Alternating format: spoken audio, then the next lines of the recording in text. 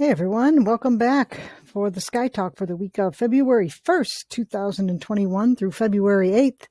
And here we have 8:30 in the morning. The sun is clearly up. It's a new day on Monday, February 1st. And if I fast forward the spinning of the earth, just act like the earth is spinning faster than normal, all the movements would be faster than normal. So here goes the sun across the sky, lickety split. Around noon is when it's perfectly lined up in the south. That's as high as it gets in February. And our sunset is somewhere a little bit after 5 p.m. this week. Sunset's still just after 7 in the morning. But it is exciting that our days are getting longer. But when that sunset happens, it can still be pretty cold. I'm going to slow back down to a more reasonable speed. We're still going faster than normal. But once that sun sets at 5:07, it starts to get dark out. The first thing you might notice is that Mercury is still barely above the horizon, literally for maybe a day or two. And then after that, we're not going to see him for several weeks again in the evening sky. I think it's not until later in the spring that we'll see him in the evening sky. He'll be showing up in the morning. But Mercury's somewhere over here in this range right now as it gets dark out. It's a reasonably bright object, not as bright as it was last week or as high as it was last week. And if I speed up a little bit here, come on, we're trying to get to nighttime. You notice the sky is changing. High up in the south, Mars is the first thing that shows up. And there's little bitty Mercury right there. Very hard to notice in the glare of sunset. So really Mars is the planet that's taking over. And I just love facing south in the winter. The brightest stars are clustered in the southern sky all winter long. We have our normal satellites whizzing past, perfectly normal right after sunset. Those satellites are far enough above the surface of the earth that the sunlight is still hitting them. And because the sunlight hits them, we can see them. That's why it's really common to see them right after sunset and in the morning right before sunrise as well. If I'm facing south, the first thing I notice in the winter sky is my favorite Orion the Hunter. Those 4 bright stars make up that rectangle. There's the 3 in a row that make up his belt. We're at 7 o'clock in the evening. I'm going to pause here. 7 o'clock is a great time to go out and observe Orion the Hunter, for sure. Follow that belt down and to the left, and you get to Sirius, the brightest star in the sky. I'm going to zoom in a little bit on that section of the sky. Betelgeuse, Sirius, and Procyon make up the winter triangle. And here's a new challenge for this week. Betelgeuse, because of its surface temperature, it's one of the cooler stars on the outside, is a reddish-orange color. Sirius is a very hot white star, almost maybe a hint of blue in it. And Procyon is a middle temperature star, kind of yellowish. It's a perfect, almost perfect equilateral triangle in the southeastern sky at 7 p.m. Oh, and Sirius is the brightest star in the sky. It's part of the big dog, Orion's hunting dog. It's leaping up towards its master. And here's the little dog right here with bright Procyon in it. And here are the lines if you like to see those. I'm going to back out to a more reasonable nighttime view. It might look like this in our southern sky if you add in all the drawings, which I think make the sky look a little cluttered sometimes. If we turn our heads a little bit towards the east, so if we spin towards the left, here's what our sky looks like. Now Orion is off to the right. It's still there. But we have these 2 stars right here. Those are the matching stars of Gemini the twins. Castor and Pollux, they're kind of on their side as they first rise up early in the evening. Their feet are always near Orion's head.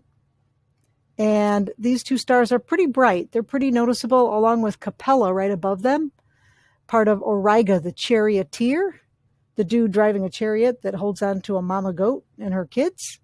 And it's shaped like a pentagon. I often call it the pentagon in the sky. If you follow Orion's belt up and to the right, don't forget it takes you to Taurus the bull. That's the eye of the bull and his nose and his other eye. It's just shaped like a V. And as we face east, if you look left, you can spot the Big Dipper. Right there is that saucepan of the Big Dipper. And that's the nose of the Big Bear. The Big Dipper is inside of the Big Bear, Canis Major. There's her front legs and her back legs, and she has claws at the end of both of them. It's a really big constellation in the night sky. The nose is right here. That's the pointy triangle nose. Here's front legs and front claws. Here's her body and her back leg and her back claws. But mostly what we notice are the Dipper stars. Now, the last two stars in the Big Dipper will lead you to the North Star. It'll be a little easier if we turn our bodies to the left to look for that. So here's that Big Dipper balancing up on its handle this time of year at 7 p.m. And if you follow, you'll get to the North Star. And that's the last star in the tail of Little Dipper. Much dimmer, harder to spot. But that is the Little Dipper, which is part of the Little Bear. The Big Bear and the Little Bear both have the Big and Little Dipper inside of them. If you keep following in that line, use those pointers, follow, you'll end up at Cassiopeia the Queen. It looks like an M in our winter sky. Sometimes it's upside down in the summer and it looks like a W in the sky. And those are, of course, great to look for as well. And if we keep following around back towards the west, southwest is where we started, there's no moon. That's because tonight there's no moon in the evening sky. And when that happens, it's normally because it's on the other side of the earth. And that's exactly where it is. It's on the other side of the earth. We had a full moon on Thursday the 28th last week. This week, it's a last quarter moon. And for example, on Thursday the 4th, it's going to rise at about midnight. So we don't usually see that last quarter moon if we keep like regular hours, like we go to bed in the evening and we get up in the morning, because usually a late waning moon is one that comes up in the middle of the night. So here we are at 11. It just came up in the east. There's that waning gibbous moon. It was full less than a week ago. Thursday this week, it'll be a perfect half moon. And it passes through some pretty cool constellations. If I pause here, a couple days ago, the moon was in Leo the Lion. That backwards question mark is Leo the Lion. It's up clear above the horizon after 8 o'clock in February, and it becomes a very prominent high constellation by springtime. That's Leo the Lion. Today, the moon is in Virgo, and it's heading towards Scorpius later this week. When it's in that last quarter phase, I'm pretty sure it will actually be in the Scorpion. And I will fast forward to check that out as we end our program for this week. So here it is in Virgo. And then we've got Libra and then Scorpius are all in a line. There's Leo. So the moon follows this path. So this is the 2nd, February 2nd.